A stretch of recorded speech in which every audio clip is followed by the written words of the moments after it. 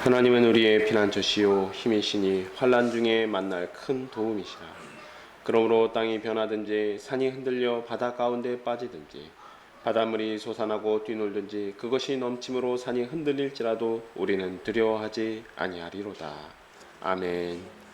이 시간 함께 일어나셔서 찬송 31장 부르시겠습니다.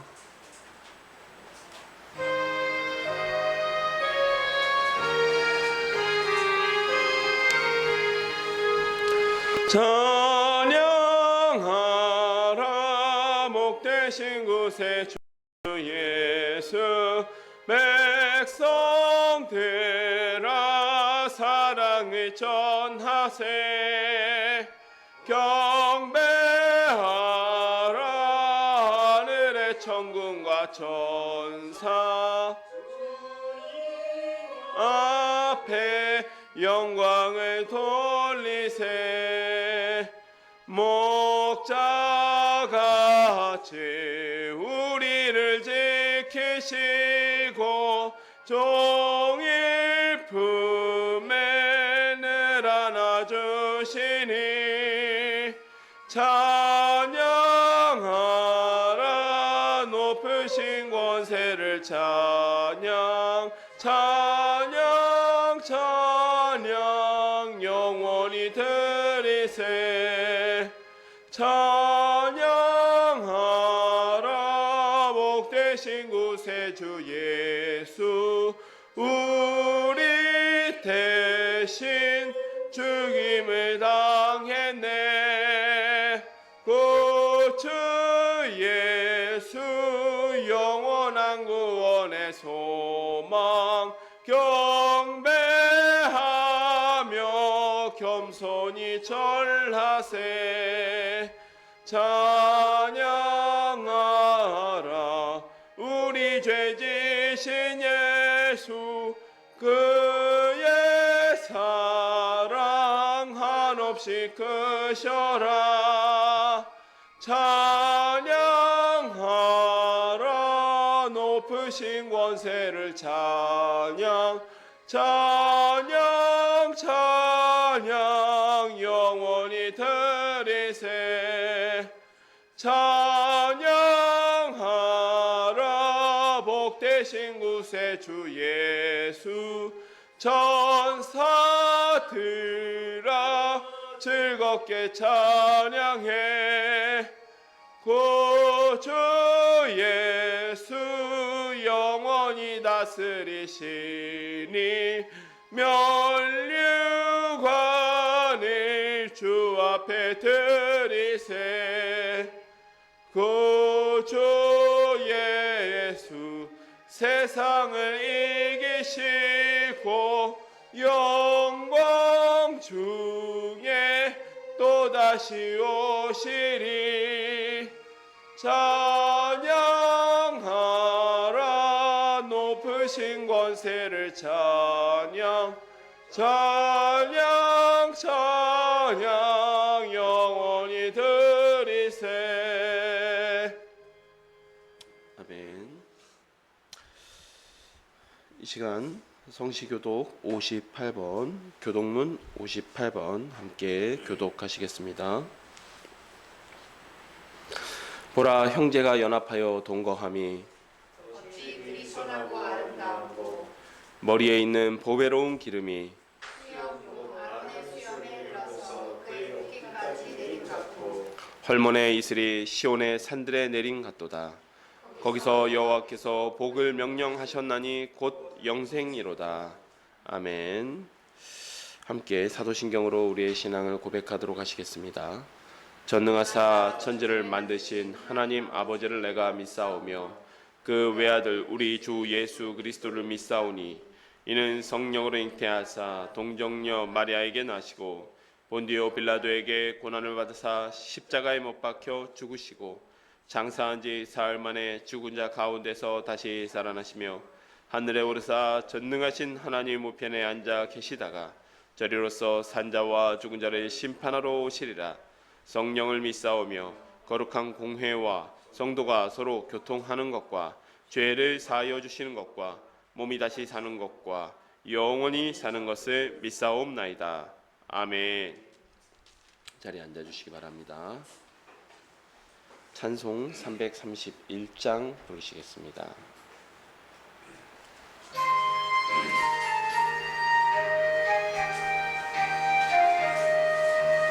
영광을 받으신 만유의 주여, 우리가 명령을 따르리라. 베푸시는 해를 감사히 알고 진실한 마음으로 섬기겠네. 구주의 내 주시는 대로 영원히 받들어 섬기겠네. 찬송하겠네, 찬송하겠네. 생명을 주시는 구주로다. 구주를 높이고 잘 공경하여 온유한 마음으로 섬기리라. 주 예수 안에서 즐거워하며 충성 다하여 섬기겠네. 구주의 은혜 주시는 대로 영원히 받들어 섬기겠네. 찬송하겠네, 찬송하겠네. 생명을 주시는 구주로다. 예수를 믿고서 늘 사랑하여 참 기쁜 마음으로 섬기리다. 온 마음을 드리고 늘 순종하여 구주를 영원히 섬기겠네. 구주의 은혜 주시는 대로 영원히 받들어 섬기겠네. 찬송하겠네, 찬송하겠네. 생명을 주시는 구주로다. 아멘. 이 시간 우리를 대표해서 장한나 간사님 나오셔서 기도 인도해 주시겠습니다.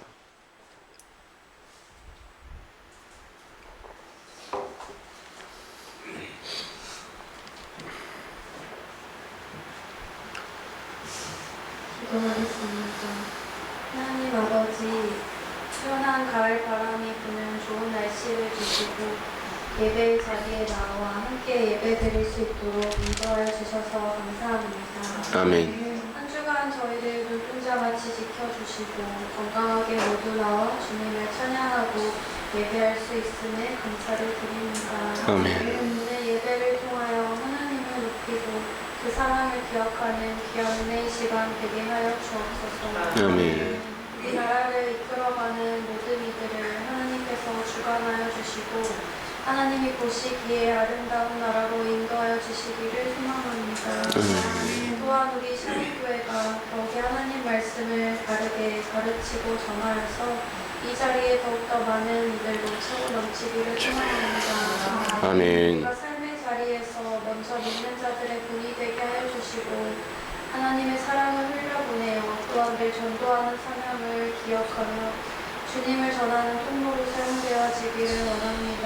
아멘. 예수님께서 이 땅에 오셔서 가난하고 아프고 소외된 자들을 돌보셨던 것처럼 우리의 인생이 나보다 더 연약한 자들을 섬기는 삶을 살게 하시고 늘 베푸는 우리의 삶이 되게 하여 주옵소서. 아멘. 우리 샤론교회를 이끄시는 박기호 전도사님을 기억하여 주시고 학업과 교회 사역을 감행하는 가운데 건강을 붙들어 주시고 늘 샤론교회를 하나님의 말씀으로 바르게 이끌어갈 수 있도록 성령님께서 함께하여 주옵소서. 아멘. 오늘 귀한 말씀 전하실 때 하나님이 함께하여 주셔서 주님의 말씀을 잘 외워가며 그 말씀이 우리 삶에 살아 역사하는 귀한 예배 시간이 되기를 소망합니다. 아멘. 오늘 예배의 모든 시간 주님이 주인 되어 주시길 원하며 예수님의 이름으로 기도합니다. 아멘.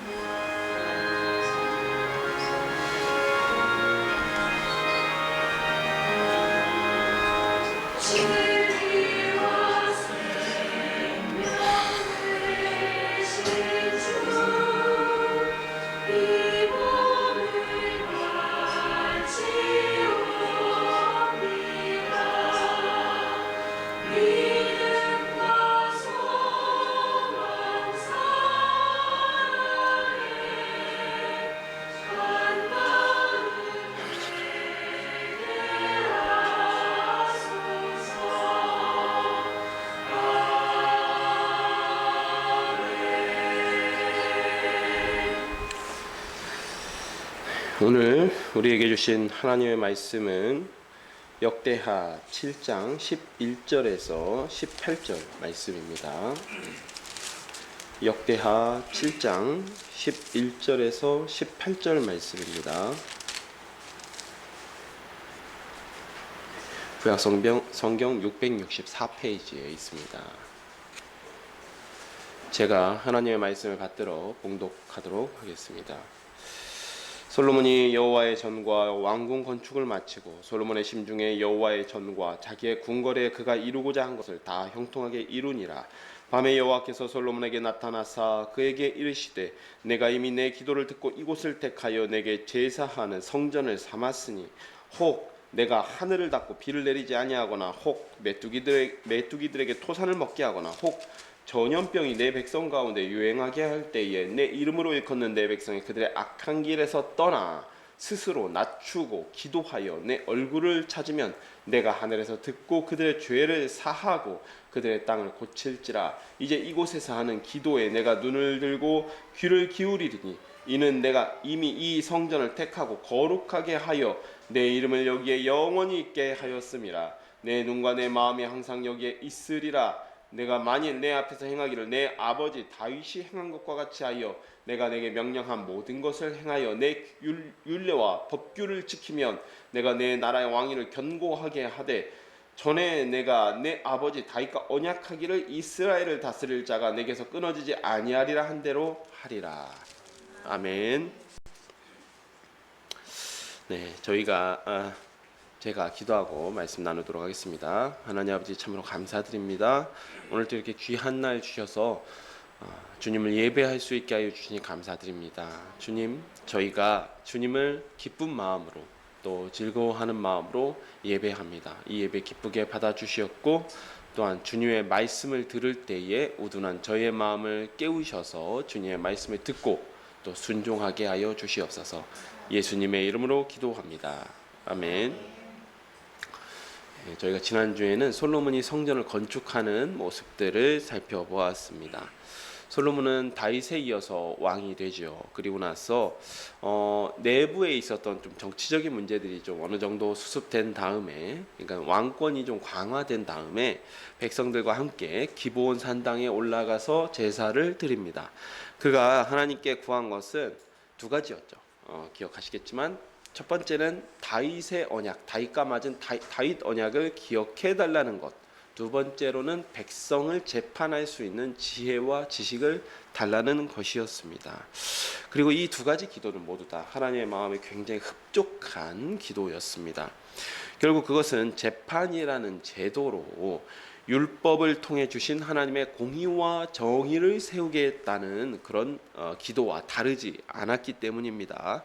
그래서 하나님이 솔로몬이 자기 사명을 이룰 수 있도록 능력을 더하여 주십니다. 그 결과 나타난 일들이 솔로몬 시대의 이스라엘의 강성함, 그리고 부유함, 그리고 평화였습니다. 솔로몬의 그 이름대로 샬롬에서 온 솔로몬의 이름대로 솔로몬이 평화를 누리게 된 것은 솔로몬이 하나님의 뜻대로 행하고자 노력했기 때문이라는 것이죠. 왕이 된 후에 4년간의 건축 준비 기간을 마치고 솔로몬이 드디어 성전 건축을 시작합니다. 먼저 이 두로왕 후람에게서 건축 자재 그리고 기술자들을 지원을 받습니다. 그렇게 시작된 성전 건축은 7년 만에 완공이 됩니다. 그러니까 솔로몬 통치 10년에 성전이 완공된 것이지요. 이 시간 함께 살펴볼 내용은 성전이 완공된 후 드리는 솔로몬의 기도와 성전의 낙성식에 해당이 됩니다. 솔로몬의 기도와 또 그가 하나님께 응답받은 내용들을 보면서 이 성전의 목적에 대해서 또 다시 한번 되새겨보는 시간이 되시기를 축복하겠습니다.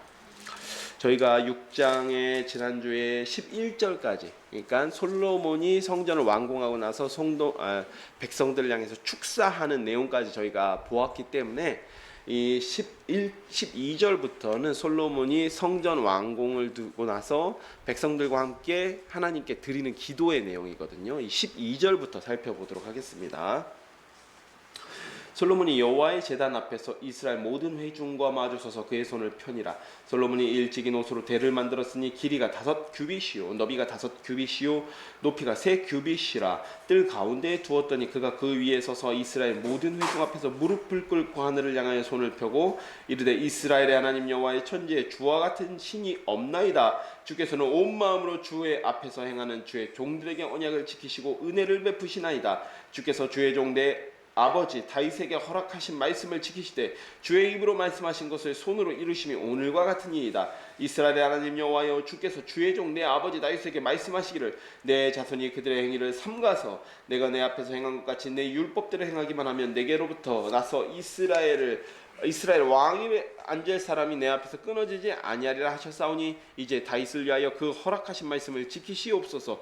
그런즉 이스라엘 하나님 여호와여 원하건대 주의 종 다윗에게 하신 말씀이 확실하게 하옵소서. 아멘. 솔로몬이 제단 앞에서 노스로 대를 만들어서 온 회중 앞에서 무릎을 꿇고 하늘에 손을 펴고 기도를 시작합니다. 이 솔로몬의 기도하는 자세가 상당히 겸손하죠. 왕으로서 상당히 겸손합니다. 하나님 앞에 그리고 경외하는 자세들을 취하고 있습니다. 이 열왕기상 8장 22절, 이 열왕기상 8장과 9장이 지금 오늘 본문에 살펴볼 내용들의 병행 구절이라고 하는데 이 부분을 보면 솔로몬이 마치 이스라엘 회중 앞에 서서 기도한 것처럼 그렇게 묘사가 되어 있습니다. 그런데 본문에서는 솔로몬이 따로 제단 앞에 노스로 대를 만들어서 그 위에 올라가서 무릎 꿇고 기도를 했다라고 기록하고 있습니다. 무릎을 꿇었다라는 것은 하나님 앞에 왕이지만 본인의 신분은 왕이지만 하나님 앞에 겸손하게 또 순종함으로 나아가겠다라는 표현인 것이고 하늘 향해서 손을 펴는 행위는 하나님의 도우심을 구하는 그런 모습이지요. 과거에 모세가 애굽의 재앙을 거둬들일 때 모세가 거둬들인 것이 아니라 하나님께서 재앙을 거두어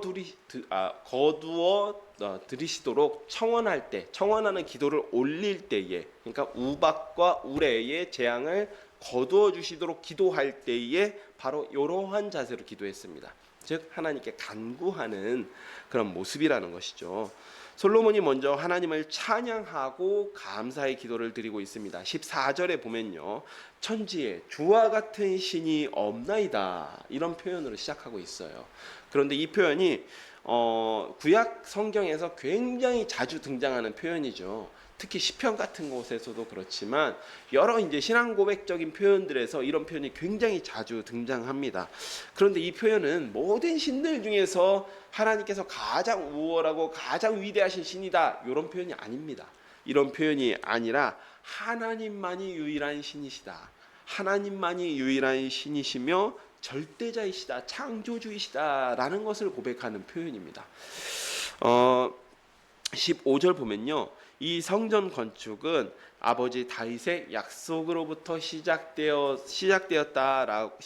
완성되었다라고 고백하고 있습니다. 이 15절과 16절은 연결되어 있는 기도인데 16절은 다윗의 언약이 처음부터 다윗이 하나님께 뭔가 집을 지어드리고 싶다라는 다윗의 소망에서 시작된 것이죠. 근데 거기서부터 시작한 것이지만 결과적으로는 하나님께서 다윗의 집을 지어주는 것으로 언약이 맺어지게 됩니다. 여기서 말하는 다윗의 집은 다윗의 왕조이지요. 그런데 다윗의 왕조를 세우는 것만으로 끝나지 않고 다윗의 왕조를 온전히 이루시는 분도 하나님이십니다. 제가 누누이 몇 차례에 걸쳐서 설명드렸지만 요 다윗 왕조라는 것은 이 진짜 다윗의 어떤 가문, 다윗의 가문을 통해서 다윗의 왕조를 하나님께서 지켜주신다, 요거에만 끝나는 것이 아니라고 말씀드렸습니다. 그 궁극적인 성취는 다윗의 자손으로 오신 예수 그리스도를 통해서 성취되었다라고 말씀이 드렸습니다. 또한 여기 보면 우리가 지금 살펴보고 있는 부분이 성전이죠. 근데 성전조차도 사실은 예수 그리스도를 통해서 성취가 되는 것입니다. 왜냐하면 우리가 이 역사서를 지금까지 살펴보았기 때문에 알고 있지만 시드기야 시대, 시드기야 11년에 성전이 불에 타버립니다. 그럼 성전 자체가 없어진 것입니까? 예, 없어졌죠. 눈에 보이는 성전 자체가 없어졌습니다. 스룹바벨이 와서 두 번째 성전을 짓습니다. 백성들과 함께 두 번째 성전을 짓습니다. 그리고 이 스룹바벨 성전도 AD 70년에 예수님 돌아가신 후입니다. AD 70년에 로마 장군 티투스가 와서 다 불태워버립니다.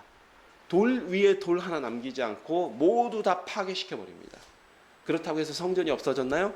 예, 없어졌습니다. 눈에 보이는 성전은 없어졌습니다. 하지만 예수님께서 복음서에 보면 자기 몸을 가리켜서 성전이라고 표현하시죠. 그리고 이 성전이라는 것의 궁극은 무엇이냐면 요한계시록 22장에 등장하는 하늘 성전의 모형이에요. 다윗이 지은 것, 다윗이 짓고자 했고 그 아들 솔로몬이 완성한 것은 하늘 성전의 모형이고 그 완성은 예수 그리스도가 자기 몸으로써 완성하셨다라는 것입니다. 결국 다윗이 지은 이 성전과 다윗이 하나님께 약속받은 다윗의 집, 다윗의 그 왕조가 결국은 예수 그리스도를 통해서 완성되었다라고 하는 것, 이것이 바로 하나님의 언약의 핵심이라는 것입니다. 다시 정리하면 다윗의 성전 건축의 계획을 궁극적으로 이루신 분도 하나님이시오, 다윗의 언약의 성취도 하나님 자신이 이 땅에 오신 것으로서 성취되었다라는 것입니다. 다윗이 아무리 하나님을 사랑했어도 결국 하나님의 절대적인 주권 아래에서 예수 그리스도를 바라보고 있다라고 하는 것을 기억하시기를 축복드립니다. 자, 18절을 이어서 살펴보도록 하겠습니다. 하나님이 참으로 사랑과 함께 땅에 계시리이까 보소서 하늘과 하늘들의 하늘이라도 주를 용납하지 못하겠거든 하물며 내가 건축한 이 성전이오리이까. 그러나 나의 하나님 여호와여, 주의 종의 기도와 간구를 돌아보시며 주의 종이 주 앞에서 부르짖는 것과 비는 기도를 들으시옵소서. 주께서 전에 말씀하시기를 내 이름을 거기에 두리라 하신 곳 이 성전을 향하여 주의 눈이 주야로 보시오며 종이 이곳을 향하여 비는 기도를 들으시옵소서. 주의 종과 주의 백성 이스라엘이 이곳을 향하여 기도할 때에 주는 그 간구함을 들으시되 주께서 계신 곳 하늘에서 들으시고 들으시사 사하여 주시옵소서. 아멘. 이 지난주에 솔로몬이 후람 왕에게 지원을 바라면서 했던 표현이 다시 등장합니다. 하늘과 하늘들의 하늘이라도 하나님을 품기에는 부족하겠거든, 이런 표현이 등장하는데, 하늘과 하늘들의 하늘은 온 우주를 말하는 이 이스라엘의 우주관을 담고 있는 표현이라고 말씀드렸습니다. 즉 아무리 벽을 순금으로 입히고 또 최고급 백향목으로 지은 성전이라고 할지라도, 돈을 많이 들인 성전이라고 할지라도 온 우주조차 담아내지 못하는 하나님의 존재, 그 하나님의 집으로서 역할을 하기에는 터무니없이 형편없이 부족하다라는 사실이죠. 20절에 하나님께서 자기 이름을 두시겠다고 약속하신 것이 사실은 성전이 아니에요. 성전이 아니라 이 신명기 12장 5절, 12장 11절에 이런 표현들이 등장하는데 이곳은 성막을 의미합니다. 성막을 의미하는데 성전이 그 성막의 역할을 이어받았다라고 지금 고백하고 있는 것이지요. 솔로몬이 고백하고 있으면서 이렇게 표현하고 있습니다. 하늘과 하늘들의 하늘들이라도 주를 용납하지 못한다 있다라고 하고 있죠. 즉 하나님은 온 우주조차 담아내지 못한 유일한 신이시며 창조주이신데 자신의 이름을 고작 솔로몬이 좀 돈 좀 많이 들여서 성전을 건축했다고 하셔서 그곳에 두실 수 없다라는 것이죠. 하지만 하나님께서 이름을 그곳에 두시겠다라고 약속하셨기 때문에 그곳에서 우리가 하나님의 이름이 거기 임했다, 하나님의 영광이 그곳에 임했다라고 표현하고 있다라는 것입니다. 그 얘기는 제가 다시 한번 말씀드리는데, 하나님의 이름을 그곳에 두시겠다라고 약속하신 게 하나님께서 약속하셨구나, 그 의미가 아니라 하나님께서 자신을 낮추어 주신 거예요. 온 우주를 포함한 온 우주조차도 담지 못하는 그 하나님의 존재, 하나님의 임재가 집 한 칸에 머무르시겠다라는 것은 하나님께서 지극히 자신을 낮추어 주신 것이라는 의미입니다.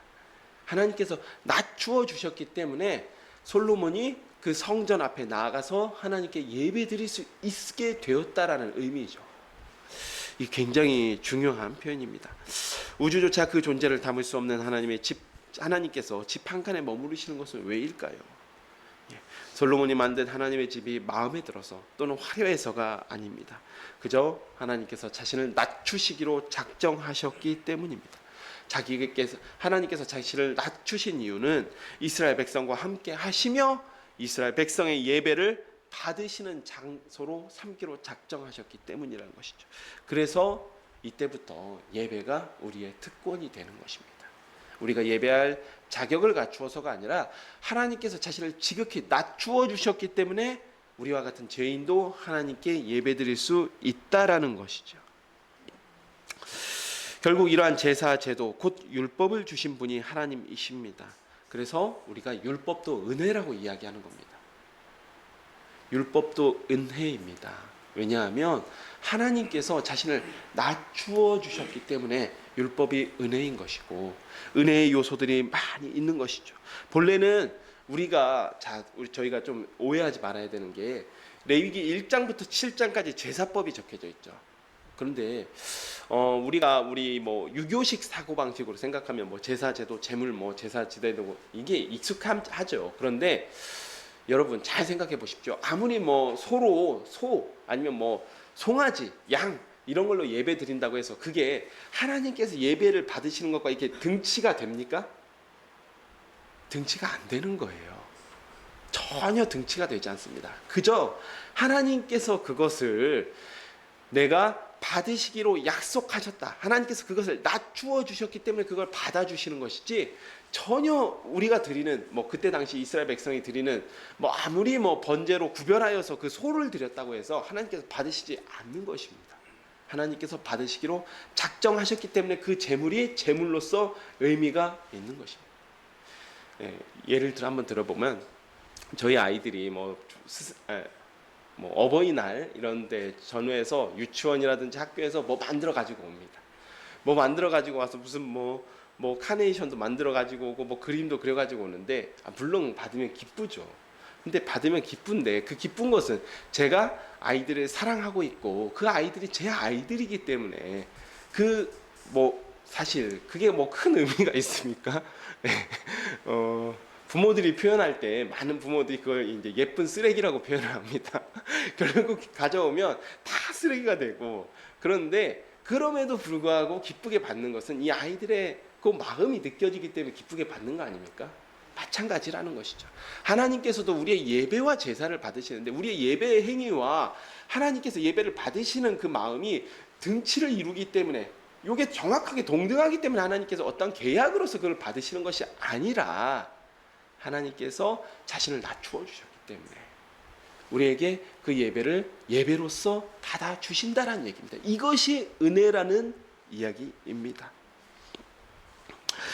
즉, 이 이야기는 예수 그리스도를 통해서 주신 하나님의 약속을 믿고 그분의 은혜에 힘입어서 나아간다라는 이야기죠. 히브리서에서 정확하게 이렇게 표현하고 있습니다. 사랑하는 여러분, 우리 샤론의 가족 여러분도 이와 같이 하나님의 약속을 믿는 믿음으로써 드리는 예배의 참 은혜를 누리시는 우리 샤론의 가족들이 되시기를 축복합니다.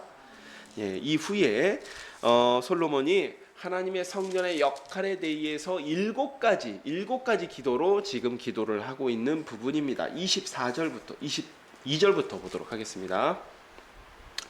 네. 이 부분은 조금 제가 빠르게 읽도록 하겠습니다.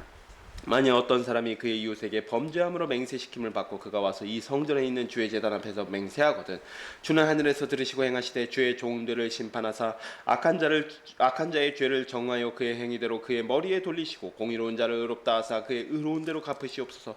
만일 주의 백성 이스라엘이 주께 범죄하여 적국 앞에 패하게 되므로 주의 이름을 인정하고 주께로 돌아와서 이 성전에서 주께 빌며 간구하거든 주는 하늘에서 들으시고 주의 백성 이스라엘의 죄를 사하시고 그들과 그들의 조상들에게 주신 땅으로 돌아오게 하옵소서.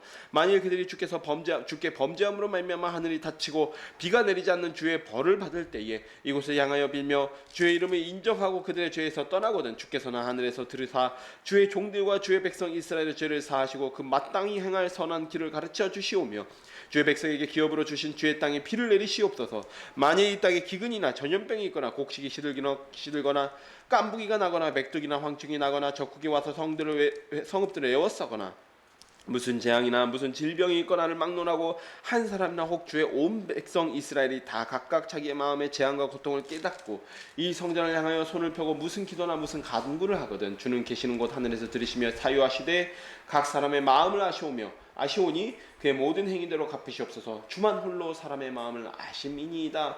그리하시면 그들이 주께서 우리 조상들에게 주신 땅에서 사는 동안에 항상 주를 경외하며 주의 길로 걸어가리이다.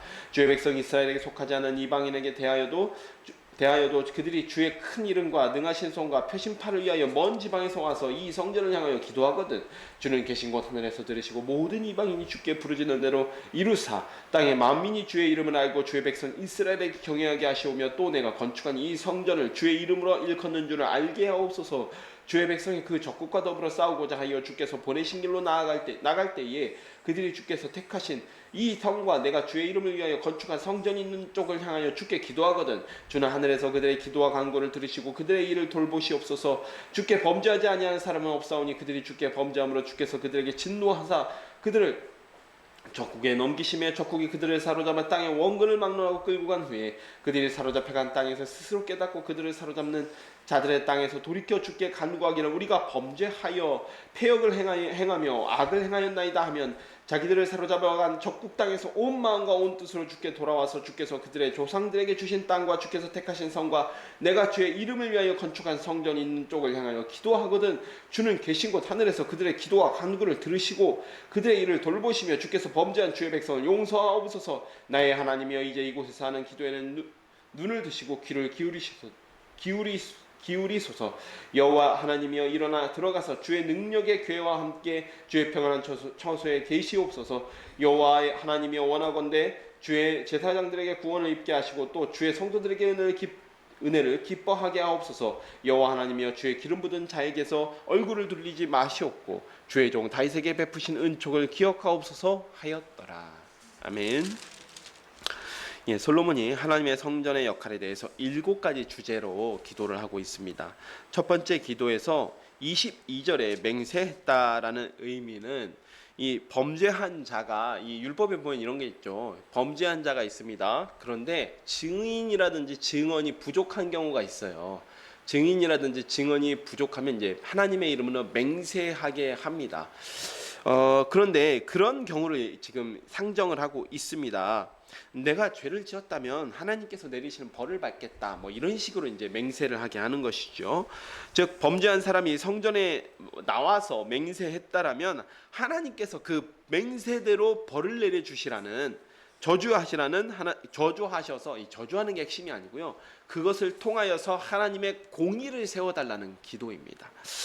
십계명 이 3계명에 이런 말이 있죠. 너는 내 하나님 여호와 이름을 망령되이 부르지 말라. 바로 이것과 연결된 것입니다. 이렇게 해서 하나님의 이름으로 맹세한 자는 하나님의 이름으로 심판하옵소서라고 하는 기도를 드린 것입니다. 24절부터 31절은 이 국가적인 재앙을 당했을 때, 재난을 당했을 때의 기도입니다. 이 구약에서 국가적 재앙 또 재난은 하나님의 징계의 상징입니다. 그렇기 때문에 여기서 등장하는 기도는 모두 회개와 관련되어 있습니다. 두 번째 기도는 적국에게 패배했을 때입니다. 이 34절 이하의 기도하고 약간 이거 겹치는 거 아니냐라고 생각하실 수 있는데 약간 이 포인트가 달라요.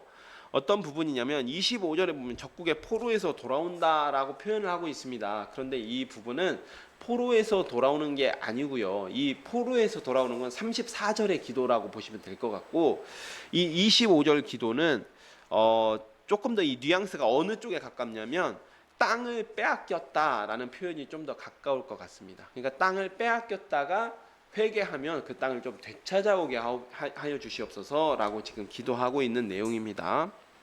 그리고 29절과 30절은 세 번째 기도는 이제 비가 내리지 않을 때, 또 네 번째는 온갖 재앙을 당했을 때 결국 회개하면 용서해 달라라고 하는 기도이죠. 29절과 30절은 이렇게 재앙을 만나고 깨닫고 성전을 향하여서 손을 펴서 기도하거든 하나님께서 용서하여 주시옵소서라고 기도하고 있습니다. 주만 홀로 사람의 마음을 아심이니이다라고 고백하고 있는데, 그리하시면 31절 그들이 항상 주를 경외하며 주의 길로 걸어가리이다. 열왕기에서는 이 표현이 어떻게 표현되어 있냐면 주를 경외할 것입니다 라고 표현되어 있습니다. 근데 역대기의 표현이 조금 더 구체적인 것 같습니다. 조금 더 구체적으로 그리하시면 그들이 항상 주를 경외하며 주의 길로 걸어갈 것입니다 라고 지금 표현하고 있다라는 것이죠. 역대기의 표현이 조금 더 구체적입니다. 32절에서 33절 요 표현 다섯 번째는 이방인조차도 성전에서 기도하면 들어주시라는 기도를 하고 있습니다. 33절에 만민의 주의 이름을 알고, 즉 솔로몬 시대에 이 성전을 솔로몬이 유대인만을 위한 공간, 유다 사람만을 위한 공간으로 만든 것이 아니라 만민에 미친다. 하나님의 은혜는 만민에게 미치는 것이다 라는 것을 분명하게 지금 이야기하고 있거든요.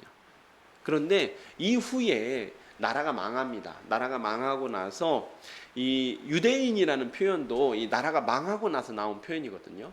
망하고 나서 나온 표현인데 그 전까지는 유대인이라고 안 해요. 저희가 살펴보았지만 에스더서를 보더라도 유대인들에게 이렇게 표현 안 합니다. 유다 사람들에게 이렇게 표현하고 있습니다.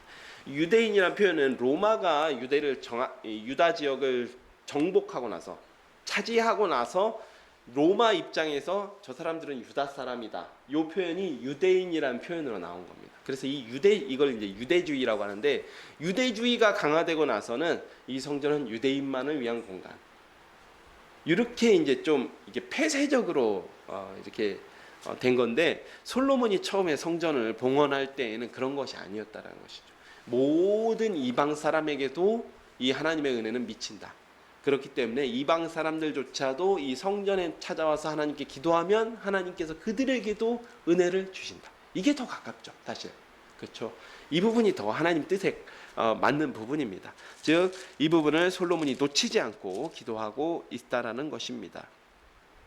34절에서 35절은 마지막 이제 여섯 번째 기도 제목인데, 전쟁에 나아갈 때에 전쟁에 나갈 때 기도하면 이스라엘 백성들을 돌보아 달라는 기도입니다. 즉 승리할 수 있게 해달라라고 하는 기도이죠. 그리고 36절에서 39절 마지막 일곱 번째 기도가 이스라엘이 범죄하여 적국의 포로로 끌려갈 때의 기도입니다. 그런데 지금 이 기도는 다른 기도보다 조금 더 길어요. 조금 더 길고 자세하게 기록되어 있습니다. 분량으로 따지면 다른 기도의 한 2배 정도 됩니다. 다른 제목들보다 2배 정도 되는데, 즉 왜냐하면 지금 이 역대기의 독자들이, 제가 누누이 이야기 드리지만 바벨론 포로에서 귀환한 사람들이 주 독자층이란 말이죠. 이 역사서를 읽는 주 독자층은 바벨론 포로에서 귀환한 사람들입니다. 즉 그렇기 때문에 그들이 가장 관심이 있을 만한 기도에 조금 더 분량을 할애해서 지금 역대기의 기자가 기록하고 있다라고 하는 것입니다. 포로로 잡혀간 백성이 깨닫고 회개할 때에 그들을 돌이키시옵소서. 실제로 그 일을 경험했잖아요. 즉 그 하나님의 은혜를 지금 기억하고 있는 것입니다. 38절 지금 솔로몬이 건축한 성전 쪽을 향하여 기도하거든 용서해 달라고 구하고 있습니다. 그런데 우리는 여기서 한 사람이 떠오르죠. 바로 다니엘입니다. 다니엘이 메대의 총리가 되었을 때에 이스라엘 방향으로, 정확하게 말하면 성전이 있는 방향으로 창문을 열어놓고 하루에 3번 기도했습니다. 그리고 바로 그 시기에 이스라엘 백성, 고레스 칙령이 내려서 이스라엘 백성들이 포로에서 귀환하게 됩니다. 당시 역대기를 읽는 독자들은 모두 이러한 역사적 사실들을 경험했던 사람들, 또 교육을 받은 사람들입니다. 솔로몬의 기도의 의미가 조금 다르게, 조금 더 피부에 와닿게 느껴질 수밖에 없습니다. 실제로 이런 회개를 통해서 예루살렘으로 돌아온 사람들의 후손이기에 성전을 두고 구한 솔로몬의 기도가 이루어졌다라고 그들은 느끼고 있는 것이죠. 또한 그 기도를 성전을 두고 한 그 기도, 불타버린 성전을 자기들의 손으로 지금 재건했습니다. 얼마나 감격스럽겠습니까? 이 기도가. 자, 40절 이하는 솔로몬이 성전 봉헌의 기도를 마무리하는 장면입니다. 제사장, 백성, 그 다음에 왕 자신을 위하여서 기도하고 마무리하고 있습니다. 42절에 보면 주의 기름 부음 받은 자는 이제 솔로몬 왕 자신을 의미하지요. 그리고 마지막까지 다윗에게 베푼 은총을 기억해 달라는 간구로 기도를 끝냅니다. 솔로몬이 성전에 대해서 기도하는 장면을 보면 성전은 통째로 하나님을 향해서 기도하는 장소입니다. 다 여기 다 지금 기도 다 기도하는 장소라고 이야기하고 있습니다. 기도와 회개가 이루어지는 장소이죠. 또 하나님의 공의가 실현되는 장소입니다. 솔로몬이 두로왕 후람에게 도움을 청하며 했던 말과 종합하면 성전을 건축한 목적이 예배와 기도를 위한 장소라는 의미입니다. 예배와 기도를 위한 장소이기에 하나님께서 임재하셔서 함께 하시는 것이지 하나님이 거주할 집을 만드는 것이 아니었습니다.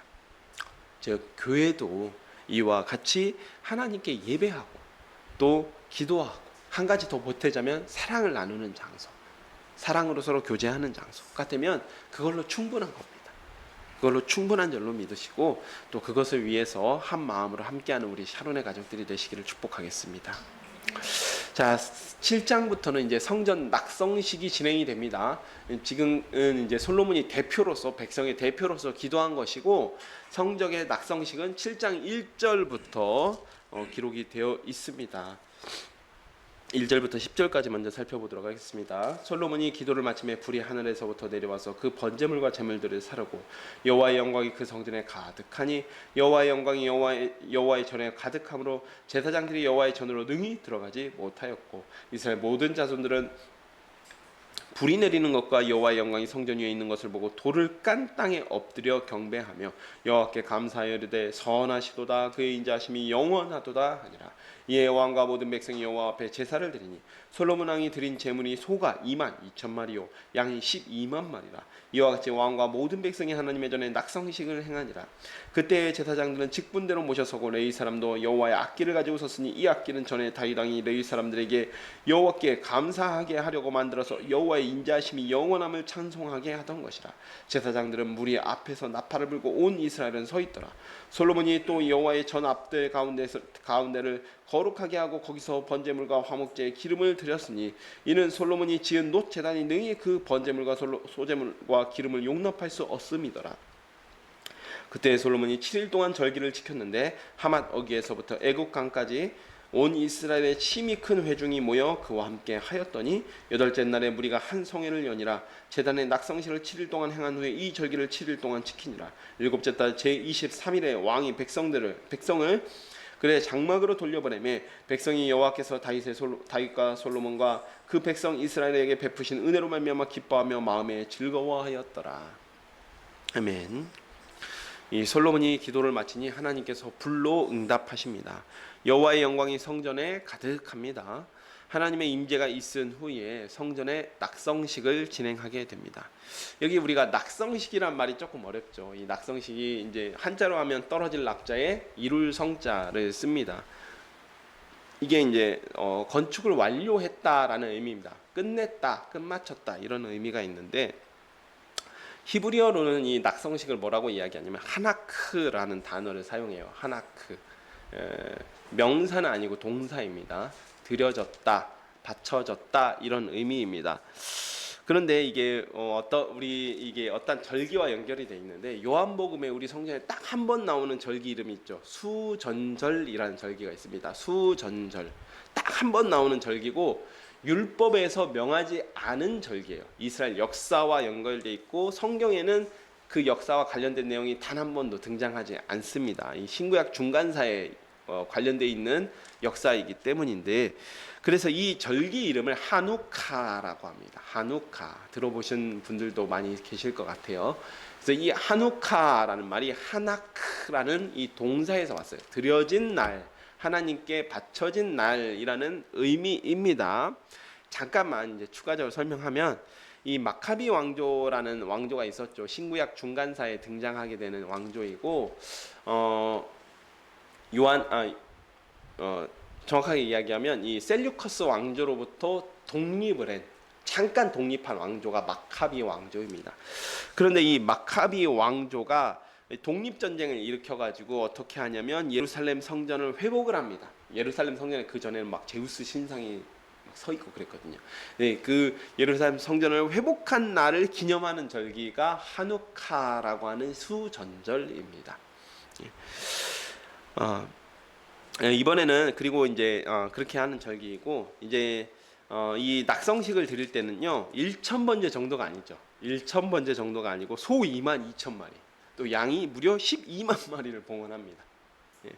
즉 솔로몬 왕만 제사를 드린 것이 아니라 모든 백성들이 함께 와서 기쁜 마음으로 제물을 드렸기 때문에 이 정도 되는 제물의 양이 쌓인 것입니다. 예, 그리고 왕이 8절을 보면요, 솔로몬 왕이 7일 동안 절기를 지켰다라고 되어 있습니다. 왕상 8장 열왕기상 8장 65절과 이 병행 구절인데, 솔로몬이 14일 동안 절기를 지켰다라고 기록되어 있습니다. 즉 7월 8일부터 14일, 7일 동안은 성전 낙성식을 지켰다라는 것이죠. 그렇다면 이때 7월 10일 대속죄일이 포함되어 있습니다. 대속죄일을 포함시켜서 성전 낙성식의 그 절기를 7일 동안 지킨 후에 7월 15일부터 22일 동안 8일 동안은 초막절을 지킵니다. 예, 초막절을 지켰습니다. 그렇다면 이 해의 낙성식 기간 동안 거의 7월 8일부터 22일까지 절기를 지켰다는 것이죠. 그러니까 7월의 거의 절반을 하나님 앞에 절기로서 지켰다라고 하는 것입니다. 그리고 나서 초막절까지 모두 끝난 후에 7월 23일 날 솔로몬 왕이 이스라엘 백성들을 돌려보냅니다.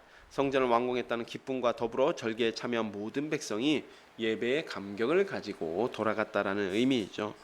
성전을 지을 때부터 그랬지만 성전은 어느 한 사람의 공로나 업적이 아니라 백성 모두가 동참하여 지었기 때문에 그 기쁨을 모두가 함께 누리는 것입니다. 솔로몬 왕이 사실 성전을 건축할 만한 충분한 자금이 있었습니다. 그럼에도 불구하고 이스라엘 백성들에게 이야기해서 다윗 왕 때죠. 다윗 왕 때에 이스라엘 백성들에게 공표해서 이스라엘 백성들이 모두 함께 나와서 성전을 향해서 자원하는 마음으로, 기쁨으로 또 헌물하게 되지요. 그렇기 때문에 모든 백성들이 다 함께 기뻐하고 있는 것입니다. 물론 더 정확하게는 하나님께서 함께 하신 것이죠. 하나님께서 함께 하시고 또 건축할 수 있는 환경들을 열어주셨기 때문에 성전을 건축할 수 있게 된 것입니다. 이것은 솔로몬 시대뿐만 아니라 수르바벨 시대에도 함께였어요. 수르바벨 시대에도 모든 백성들이 함께하여서 성전을 완공하게 됩니다. 우리가 편의상 솔로몬 성전이다 혹은 수르바벨 성전이다 이렇게 이야기할 뿐이지 사실은 모두가 함께하여서 성전을 지었다라고 하는 것입니다. 자, 이제 11절부터 살펴보겠는데요. 11절은 이 성전 낙성식이 끝난 후에 솔로몬 왕이 기도하고 성전 낙성식이 끝난 후에 하나님께서 직접 솔로몬 왕에게 응답하신 내용들입니다. 솔로몬이 여호와의 전과 왕궁 건축을 마치고 솔로몬의 심중에 여호와의 전과 자기의 궁궐에 그가 이루고자 한 것을 다 형통하게 이루니라. 밤에 여호와께서 솔로몬에게 나타나사 그에게 이르시되 내가 이미 내 기도를 듣고 이곳을 택하여 내가 제사하는 성전을 삼았으니 혹 내가 하늘을 닫고 비를 내리지 아니하거나 혹 메뚜기들에게 토산을 먹게 하거나 혹 전염병이 내 백성 가운데 유행하게 할 때에 내 이름으로 일컫는 내 백성이 그들의 악한 길에서 떠나 스스로 낮추고 기도하여 내 얼굴을 찾으면 내가 하늘에서 듣고 그들의 죄를 사하고 그들의 땅을 고칠지라. 이곳에서 하는 기도에 내가 눈을 듣고 귀를 기울이리니 이는 내가 이미 이 성전을 택하고 거룩하게 하여 내 이름을 여기에 영원히 있게 하였습니다. 내 눈과 내 마음이 항상 여기에 있으리라. 내가 만일 내 앞에서 행하기를 내 아버지 다윗이 행한 것과 같이 하여 내가 내게 명령한 모든 것을 행하여 내 율례와 법규를 지키면 내가 내 나라 왕위를 견고하게 하되 전에 내가 내 아버지 다윗과 언약하기를 이스라엘을 다스릴 자가 내게서 끊어지지 아니하리라 한 대로 하리라. 그러나 너희가 만일 돌아서서 내가 너희 앞에 둔 내 율례와 명령을 버리고 다 가서 다른 신들을 섬겨 그들을 경배하면 내가 너희에게 준 땅에서 그 뿌리를 뽑아내고 내가 내 이름을 위하여 거룩하게 한 이 성전을 내 앞에서 버려 모든 민족 중에 속담거리와 이야기거리가 되게 하리니 이 성전이 비록 높을지라도 그리로 지나가는 자마다 놀라 이르되 여호와께서 무슨 까닭으로 이 땅과 이 성전을 이같이 행하셨는고 하면 대답하기를 그들이 자기 조상들을 애굽 땅에서 인도하여 내신 자기 하나님 여호와를 버리고 다른 신들에게 붙잡혀서 그것들을 경배하여 섬김으로 여호와께서 이 모든 재앙을 그들에게 내리셨다 하리라 하셨더라. 이제 솔로몬이 성전과 왕궁 건축을 마칩니다. 이때까지 총 20년이 걸렸어요. 그러니까 성전 건축에 7년, 왕궁 건축에 13년이 걸린 것이죠. 솔로몬의 치세가 40년이기 때문에 솔로몬이 거의 한 절반 정도, 그러니까 20년 동안 건축을 했으니까 절반 정도는 이 건축을 하는 데에 자기의 치세를 보내게 됩니다. 그러니까 이 왕궁의 완성은 솔로몬 치세의 한 23년, 솔로몬이 다스린 지 23년 혹은 24년쯤 되는 시기로 보입니다. 보통 솔로몬이 말년에 좀 타락했다라고 열왕기 상에도 기록이 되어 있어요. 그런데 근데 이 솔로몬 치세의 정점에 이미 왕궁을 건축하는데 성전보다 더 오랜 시간이 걸립니다. 이런 부분들을 보면 아마도 솔로몬의 마음이 성전을 완공한 이후에 조금씩 좀 하나님께 멀어졌던 것이 아니냐라고 해석하는 그런 학자들도 있습니다. 즉 그랬기 때문에 솔로몬이 어떠한 우상숭배하게 된 결과, 이게 결과적으로 나타난 것이지 아마도 솔로몬의 마음은 조금씩 하나님을 떠나가고 있었던 것 같다라고 보고 있습니다. 12절에 건축을 마치자 하나님께서 밤에 솔로몬에게 나타나십니다. 이 병행구절인 열왕기상 9장 2절을 보면 기브온 산당에서 응답받았을 때처럼 꿈에 나타나신 것으로 기록되어 있습니다. 다만 역대기에는 기브온 산당에서 응답받았을 때나 지금이나 모두 다 마치 솔로몬이 직접 하나님께 응답받은 것처럼 기록하고 있어요. 물론 응답받은 것은 마찬가지이기 때문에 꼭 틀렸다라고 볼 수는 없지만 의도적으로 이렇게 표현함으로써 솔로몬이 하나님과 굉장히 긴밀하게 교제하고 있었고 하나님께 직접적으로 계시를 받는 그런 왕이었다라는 사실을 조금 더 강조해서 드러내고 있는 것입니다. 자, 그래서 이 부분을 보면 하나님께서 다시 한번 솔로몬에게 말씀하시는 내용이 하나님께서 성전을 택하셔서 제사하는 성전으로 삼으셨다라고 하는 것입니다. 네. 열왕기상 9장 2절에는 여호와께서 이름을 두신 곳이라는 표현이 나오는데 보다 정확하게는 하나님께서 예배의 장소로 성전을 선택하셨다라는 의미입니다. 그리고 솔로몬이 구한 것처럼 하나님께서 이스라엘에게 재앙을 내리실 때 14절 내 백성이 그들이 악한 길에서 떠나 스스로 낮추고 기도하면 그래서 내 얼굴을 찾으면 내가 용서해 주겠다라고 약속하십니다. 이 부분을 이스라엘 백성들이 오해했지요. 이사야서 1장을 보면 제사 드리러 오는 이스라엘 백성에 대해서 하나님께서 이렇게 표현하십니다. 내 마당만 밟을 뿐이니라. 그러니까 여기서는 제사가 핵심이 아니에요. 제사가 핵심이 아니라 먼저 그의 마음을 돌이켜서 회개하는 마음으로 하나님 앞에 나와서 제사를 드리면 이게 핵심인 것이죠. 먼저 마음을 돌이켜서 하나님 앞에 나오면 이 부분인데, 이스라엘 백성들은 어떻게 생각하냐면 제사가 핵심이라고 생각했어요. 제사가 핵심이라고 생각해서 이사야 선지자 시대에도 열심히 제사는 드렸습니다. 제사 안 드린 게 아닙니다. 열심히 제사는 드렸어요. 하지만 하나님께서 말씀하시는 것은 그들이 뭐하러 내 성전에 도대체 돌아다닐 뿐이냐, 그들이 흙발로 내 성전을 짓밟을 뿐이다. 그리고 그들이 드리는 제물에 내가 질렸다 이제는, 그렇게 표현하고 있는 것이죠. 종합하면 성전은 스스로 마음을 겸비하여서 겸손하게 자신이 죄인임을 인정하는 자들이 나와서 죄에서 돌이키고자 하나님의 은혜를 간구하는 장소, 그러면서 그러한 은혜의 마음으로 예배하는 장소라는 의미이죠. 또한 죄의 용서함을 받은 자들이 용서해 주신 하나님의 그 은혜에 감격하여 그 기쁨을 누리고 하나님을 찬양하는 곳입니다. 이제 하나님께서는 이렇게 성전에서 드리는 기도에 귀를 기울이시겠다라고 약속하십니다. 다시 한번 성전의 의미에 대해서 솔로몬 왕에게 직접적으로 말씀하시는 것이죠. 성전 자체가 의미 있는 것이 아니다. 스스로 마음을 겸비한 자들, 그 죄에서 떠난 자들이 나에게 나오는 자들에게 내가 은혜 베풀어 주는 곳이다. 이 은혜라는 것은 우리 마음에 충만한 그런 것이 아니라 그 죄의 용서함, 그리고 그 용서함에 누리는 기쁨, 이것을 의미하는 것이죠. 17절과 18절, 기브온 산당에서 기도도 그랬고 낙성식의 기도에서도 그랬지만 솔로몬의 첫 번째 기도 제목인 다윗 언약을 기도해 달라라고 하는 그 간구에 하나님께서 응답하십니다. 네가 나를 위하여서 이런 성전을 건축했으니까 내가 그 다윗 언약을 어찌 기억하지 않을 수 있겠느냐, 이렇게 응답하시지 않았습니다. 이렇게 응답하시지 않고 하나님께서 말씀하시는 것은 내가 내게 명령한 율례와 법규를 지키면 내 나라와 왕위가 견고해질 것이다 라고 말씀하십니다. 그러나 율례와 법규를 지키지 않았을 때는 이 성전이 내 앞에서 버려버리겠다라는 경고도 또 함께 하십니다. 여기서 드러난 사실이 성전보다 하나님의 말씀에 순종하느냐가 더욱 중요하다라는 것이죠. 성전은 그저 하나님께서 이름을 두시겠다고 약속하신 것입니다.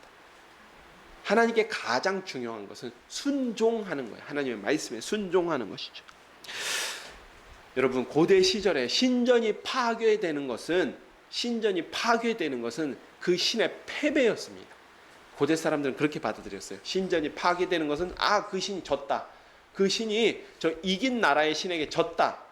이게 고대 사회의 세계관이었습니다. 그런데 하나님께서는 무엇이라고 약속하시냐면 성전이 완성되는 그 순간부터 성전의 파괴는 나의 패배가 아니라 너희의 불순종한 결과다라는 것을 분명하게 말씀하고 계시는 거예요. 역대기의 기자는 성전의 파괴가 하나님이 힘이 없어서 파괴된 것이 아니다. 우리가 경험한, 우리 역사 가운데 경험한 이 성전의 파괴는 하나님이 힘이 없어서 파괴된 것이 아니라, 실패하신 것이 아니라 바로 우리의 죄악 때문이다, 우리의 불순종 때문이다라는 것을 다시 한번 이 하나님의 응답을 통하여서 역대기를 읽는 역대기의 독자들에게 말씀하고 있는 것입니다. 이 시간은 여기까지 살펴보도록 하겠습니다. 오늘은 솔로몬 성전의 낙성식 모습을 함께 살펴보았습니다. 솔로몬은 낙성식에서 백성들 앞에서 기도합니다.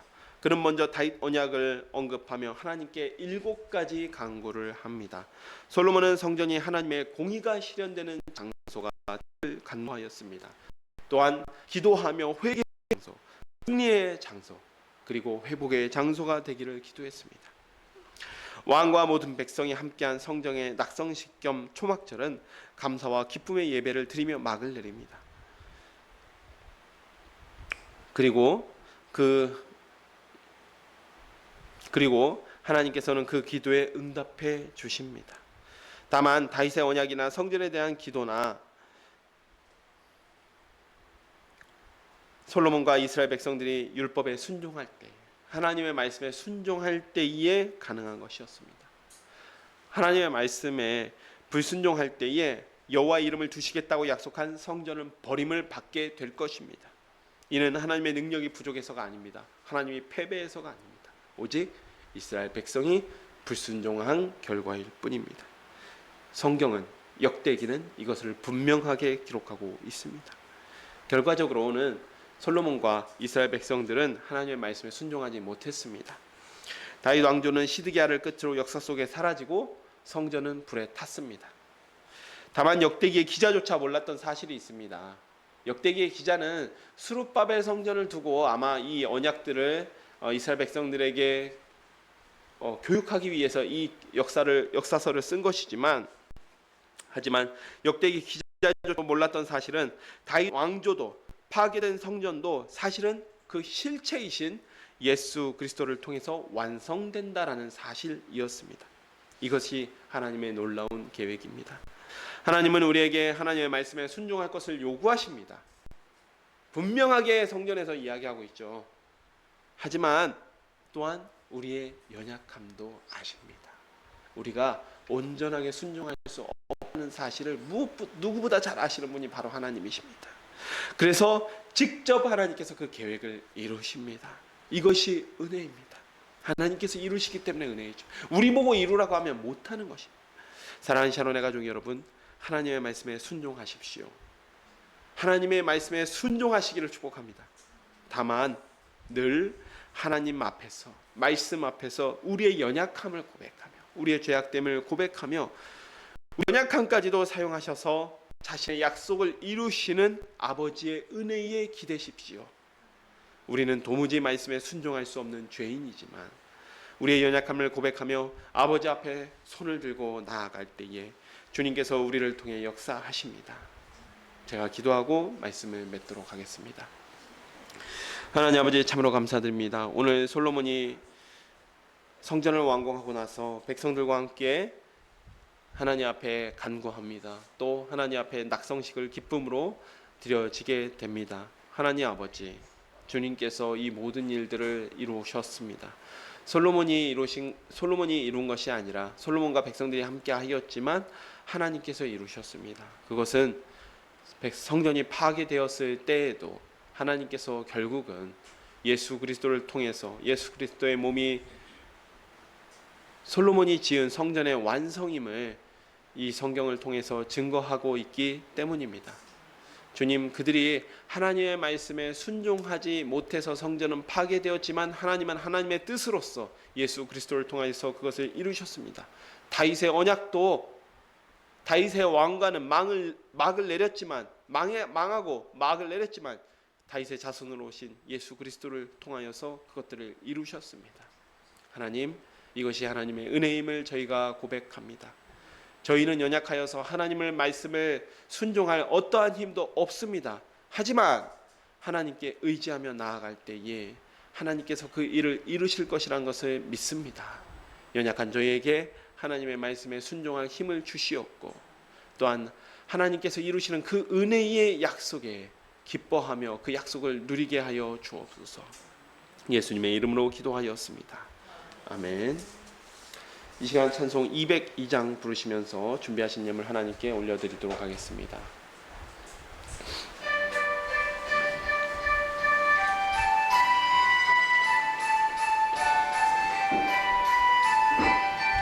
하나님 아버지 주신 책은 귀하고 중하신 말씀일세. 기쁘고 반가운 말씀 중에 날 사랑한단 말 참 좋도다.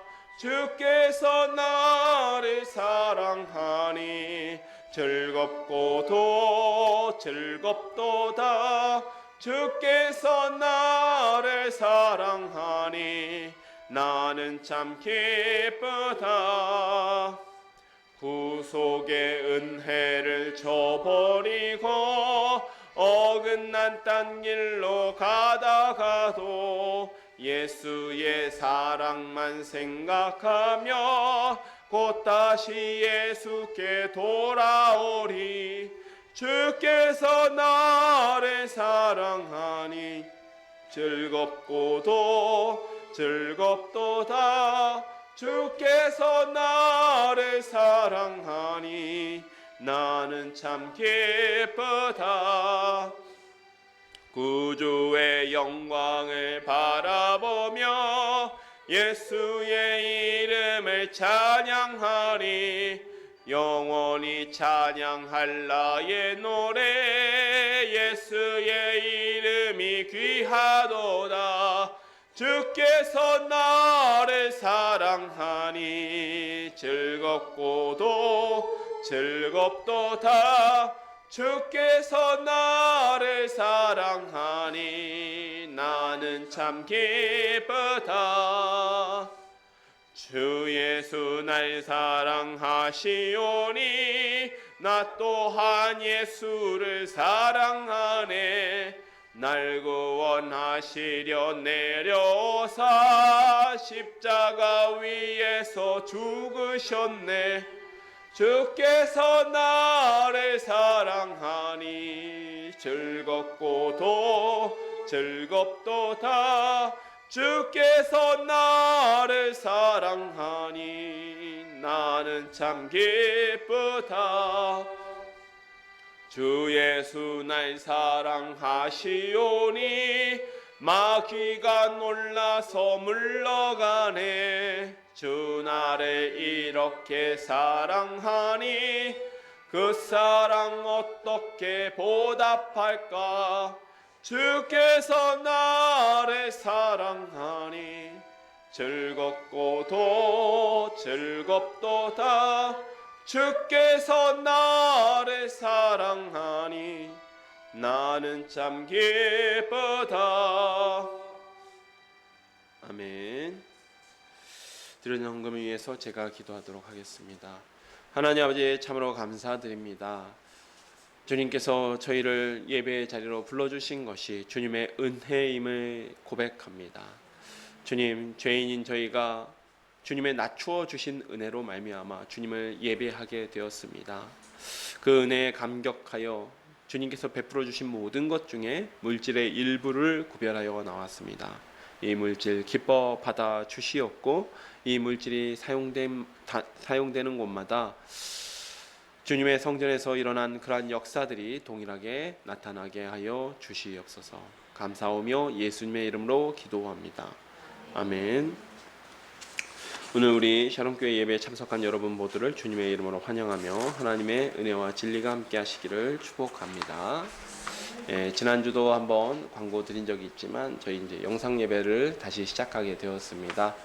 혹시라도 불가피하게 정말 예배에 함께 참여하기 어려운 우리 샤론의 가족들은 영상 예배로도 또 함께 할 수 있게 함께 하시면 감사하겠습니다. 네, 주부 지편에 보면 우리 교회 기도 제목이 있습니다. 여러분 기도하실 때 한 번씩 우리 교회를 위해서 같이 기도해 주시면 교회가 더욱더 든든히 서게 될 줄로 믿습니다. 이 시간 함께 일어나셔서 찬송 부르시고 주기도문으로 예배를 마치도록 하겠습니다.